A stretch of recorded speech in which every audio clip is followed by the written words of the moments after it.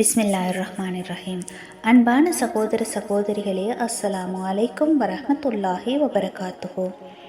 நபிகள் நாயகம் ஸல்லல்லாஹு அலைஹி வஸல்லம் அன்னவர்கள் கூறினார்கள், தன்னுடைய நிழலை தவிர வேறு நிழலே இல்லாத மறுமை நாளில் 7 பேருக்கு அல்லாஹ் தன்னுடைய அரியாசனத்தின் நிழலில் அடைக்கலம் அளிக்கின்றான். முதலாவது, தனிமையில் அல்லாஹுவை நினைத்து நினைவு கூர்ந்து அவனுடைய அச்சத்தால் கண்ணீர் வடித்தவர். அவர்களில் ஒருவராவார். ஆதாரம் சஹீஹ் புகாரி 6479வது ஹதீஸ். அறிவிப்பாளர் அபு ஹுரைரா ரலியல்லாஹு அன்ஹு அவர்கள். வஸ்ஸலாம்.